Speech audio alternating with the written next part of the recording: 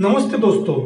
दोस्तों, आप सरकारी कर्मचारी हो या गैर सरकारी कर्मचारी या सेल्फ बिजनेसमैन या प्रोफेशनल हो, किसी भी इंडियन सिटीजन को नेशनल पेंशन सिस्टम मतलब एनपीएस से गारंटी के साथ जिंदगी भर के लिए पेंशन मिलेगा। कैसे, मैं वही इस वीडियो में बताने वाला हूँ। हेलो दोस्तों, मैं हूँ बुद्धो। आपको यही बताना चाहता हूँ, पैसे की सही इस्तेमाल से पैसे की कीमत बढ़ता है, जिंदगी में खुशियाँ आ जाता है और इस खुशियाँ में मानी से हानि चैनल आपका साथ है।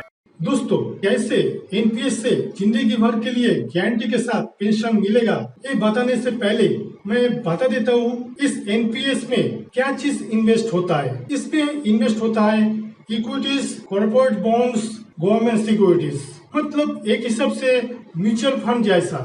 अगर आपके मन में सवाल आ रहा है, आप खुद पर्सनली म्यूचुअल फंड में इक्विटी के साथ एसआईपी, डेट फंड के साथ बॉन्ड्स या गवर्नमेंट सिक्योरिटीज में इन्वेस्ट कर रहे हैं, तो आपके लिए इस एनपीएस से खास क्या कुछ मिल सकता है।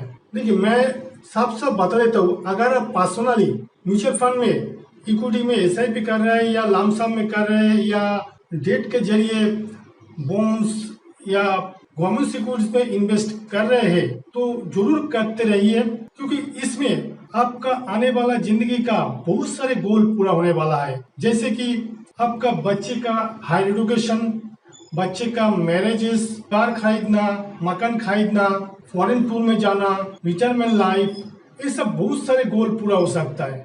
एनपीएस रिटायरमेंट गोल पूरा करने के लिए है। इसमें क्या होता है, म्यूचुअल फंड से जिंदगी का बहुत सारे गोल पूरा करते करते आखिर में रिटायरमेंट गोल ठीक से पूरा नहीं हो पाता है। अगर एनपीएस म्यूचुअल फंड इन्वेस्टमेंट के साथ रहेगा तो गारंटी के साथ आपका रिटायरमेंट गोल भी आराम से पूरा हो जाएगा।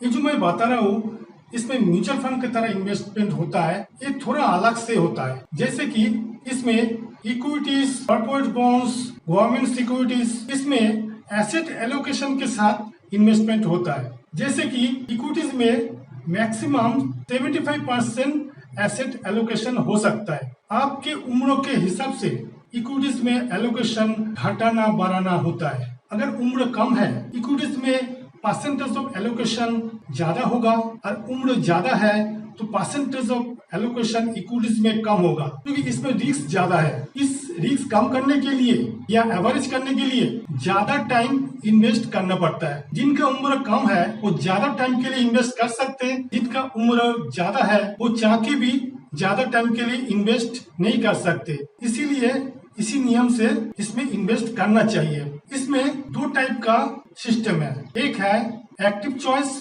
और दूसरा है ऑटो चॉइस। एक्टिव चॉइस में आप आपका खुद का हिसाब से आपको पूरा आजादी मिलेगा। आप कितना परसेंटेज इक्विटी में देंगे, कितना परसेंटेज कॉर्पोरेट बॉन्ड में देंगे, कितना परसेंटेज गवर्नमेंट सिक्योरिटीज में देंगे, तो आप खुद के हिसाब से आप दे सकते हैं। अगर आपके पास पूरा आइडिया नहीं है, किसी भी फाइनेंशियल एडवाइजर के पास जाके एडवाइस लेके कर सकते हैं। उस फाइनेंशियल एडवाइजर आपसे फीस लेके कर देंगे। लेकिन आप किसी को फीस देना नहीं चाहते तो आपके लिए ऑटो चॉइस ऑप्शन भी है, जिसमें पेंशन फंड मैनेजर खुद ही आपका उम्र के हिसाब से एसेट एलोकेशन करके आपके लिए सब कुछ कर देंगे, जिसमें आपका किसी भी चिंता करने का जरूरत नहीं पड़ेगा। ये खासियत है एनपीएस में। इसके बाद बता रहा हूँ कितना अमाउंट आपको मिनिमम इन्वेस्ट करना पड़ेगा एनपीएस में। इसमें कानून के हिसाब से किसी भी एक ट्रांजैक्शन मिनिमम 500 रुपीज होना चाहिए और सालाना मिनिमम 1000 रुपीज होना चाहिए। ये नियम टायर 1 का, क्योंकि इसमें टायर 1 और टायर 2 दो टाइप का है। टायर 2 में मिनिमम 250 रुपया इन्वेस्टमेंट एक ट्रांजैक्शन में करना पड़ेगा और कुछ लिमिटेशन नहीं है। टायर 1 है पेंशन के लिए और इन्वेस्टमेंट के लिए, और टायर 2 सिर्फ इन्वेस्टमेंट के लिए।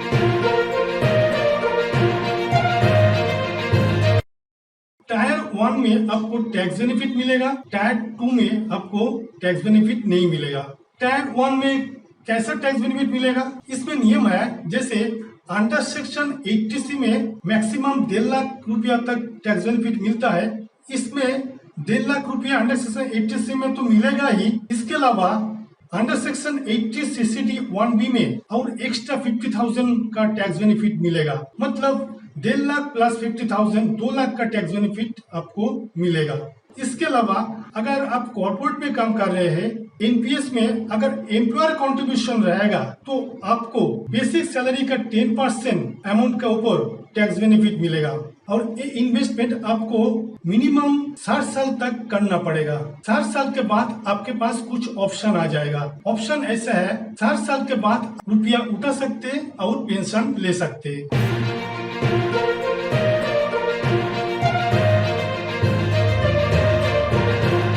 अगर आप चाहे तो 70 साल तक इन्वेस्टमेंट कर सकते हैं। 70 साल के बाद रुपया उठा सकते और पेंशन ले सकते। आप चाहे तो 60 साल के बाद इन्वेस्ट करना बंद कर सकते।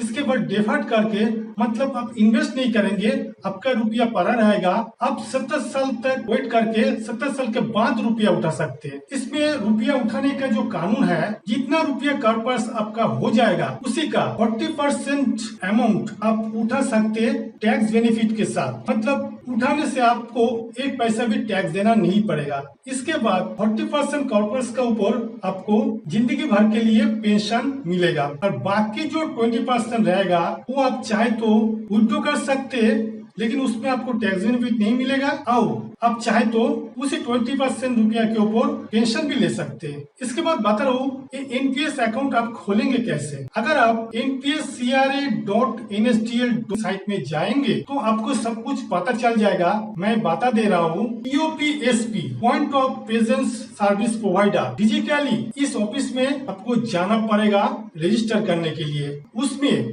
प्राण मतलब परमानेंट रिटायरमेंट अकाउंट नंबर, इसी का जो एप्लीकेशन फॉर्म, वो एप्लीकेशन फॉर्म आपको फिलअप करके जमा देना पड़ेगा। प्राण ये यूनिक होता है और पोर्टेबिलिटी के साथ होता है, जो आपके सुविधा के अनुसार आप इसको ट्रांसफर कर सकते हैं। या तो आप ऑनलाइन में भी eNPS का जो ऑप्शन मिलेगा वेबसाइट में, उसी में जाके आप स्टेप फॉलो करके अकाउंट खुलवा सकते हैं। इसके अलावा मोबाइल ऐप के जरिए भी आप यूपीआई पेमेंट सिस्टम में पेमेंट करके आप अकाउंट खुलवा सकते हैं। एक चीज बता दे रहा हूँ, अकाउंट खोलने का टाइम में आपको 500 रुपया डिपॉजिट करना पड़ेगा। आखिर में एक जरूरी बात आपको बता देता हूँ, म्यूचुअल फंड में जैसे सेबी का प्रोटेक्शन में इन्वेस्ट होता है, वैसे एनपीएस में pension fund regulatory development authority मतलब PFRDA का प्रोटेक्शन में सिक्योरिटी में इन्वेस्ट होता है, जिसमें आपका इन्वेस्टमेंट अमाउंट 100% सिक्योर रहता है, जिससे आपको जिंदगी भर के लिए गारंटी के साथ पेंशन मिलेगा।